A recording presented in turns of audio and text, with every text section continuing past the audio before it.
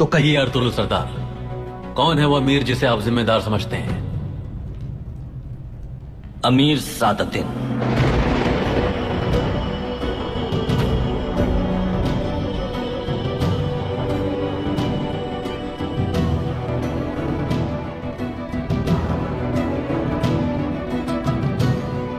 जुर्रत कैसे हुई तुम्हारी? सुल्तान मौसम, अर्तुरुल सरदार ने आपकी मौजूदगी में ताजीम और हैसियत की धज्जियां उड़ा दी हैं। ये सब मेरे लिए नाकाबिले बर्दाश्त है। माफी मांगना होगी अभी और इसी वक्त।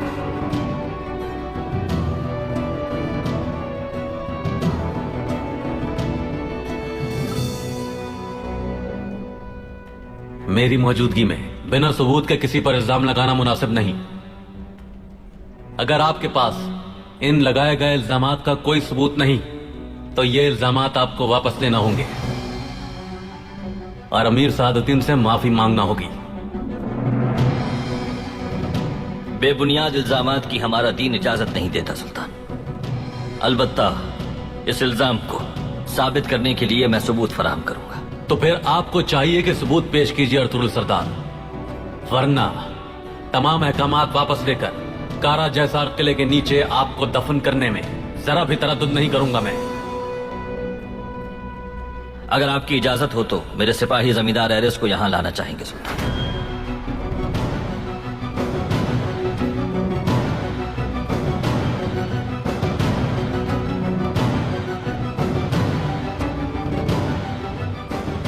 एरिस को लाया जाए।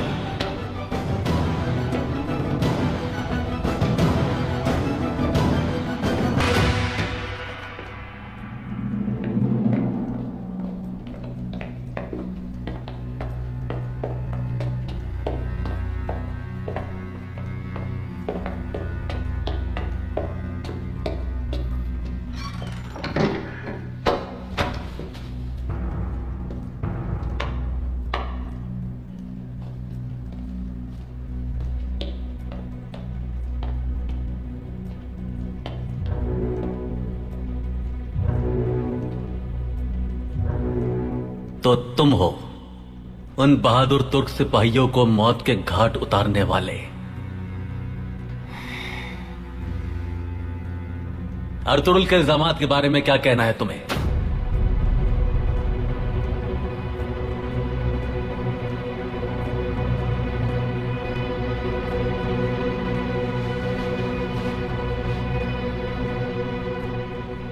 अर्तुरुल सरदार ने जो कहा सच कहा। मुझे यहां आपके सामने गवाही देने के लिए लाया गया है। इस गिरे हुए जमींदार एरिस का ये जिंदगी को बचाने का आखिरी अरबा है। ये चाहता है आप इसके बजाय मेरी जान ले लें। इल्जाम और बहतान लगाकर ये अपनी जान बचा रहा है। खामोश हो जाओ सादुद्दीन।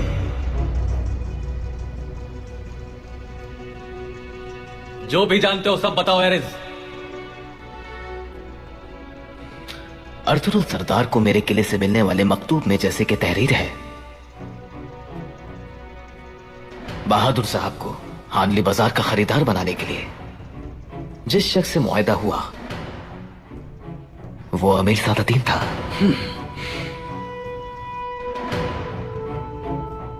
वो मकतूब बजाते खुद मैंने बादशाह को तहरीर किया था। उसकी नकल मेरे पास महफूज थी। सब झूठ है। अब अगर एक लफ्ज भी मेरी इजाजत के बगैर कहा तो मैं तुम्हारा सर कलम कर दूंगा सादुद्दीन।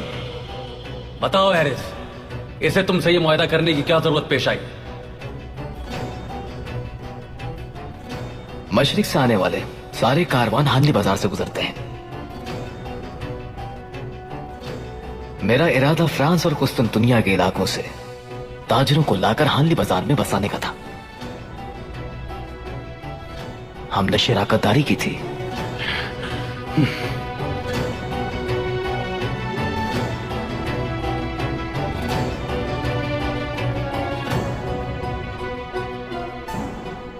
सफर पर रवाना होते वक्त तुमने ही घात लगाकर अर्तुरुल को मारने की साजिश की थी। अर्तुरुल सरदार सफर पर कब रवाना हो रहे हैं और कौन सा रास्ता इख्तियार करेंगे? किसने बताया ये सब तुम्हें?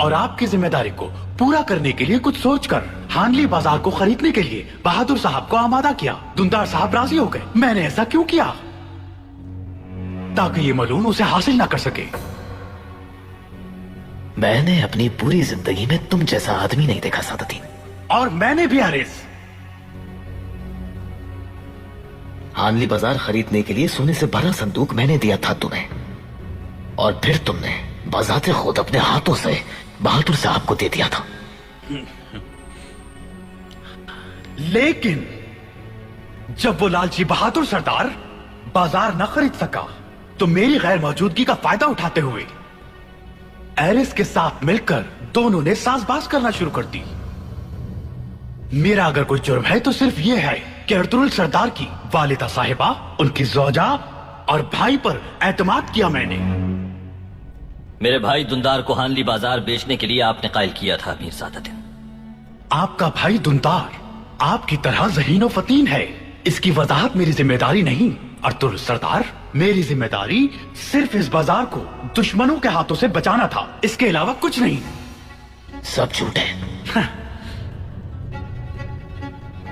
मुझे तो ये लगता है अमीर निजामुद्दीन के लिए जाल बिछाने वाला बादशाह अब ये चाहता है कि मुझे भी उसी तरह जाल में फंसा दे जैसे उसे फंसाया गया था सुल्तान।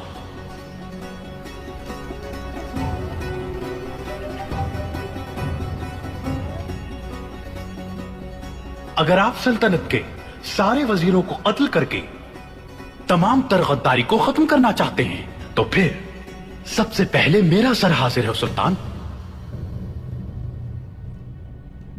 हानली बाजार में सुल्तान पर हमला आपने करवाया, और मुझ पर और मेरे सिपाहियों पर भी।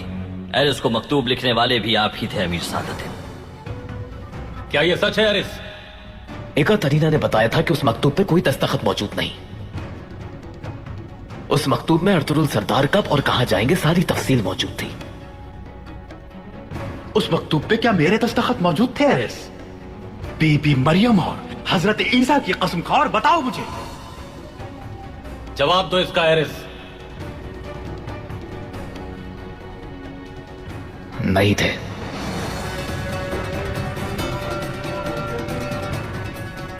लेकिन हमें मालूम था कि यह मकतूब अमीर सादतीन की तरफ से ही आया है।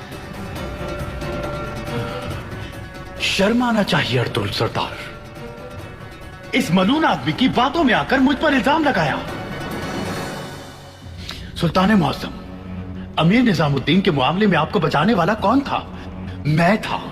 अगर मेरी नियत आपको कत्ल करने की होती तो फिर खामोशी से देखता रहता मैं।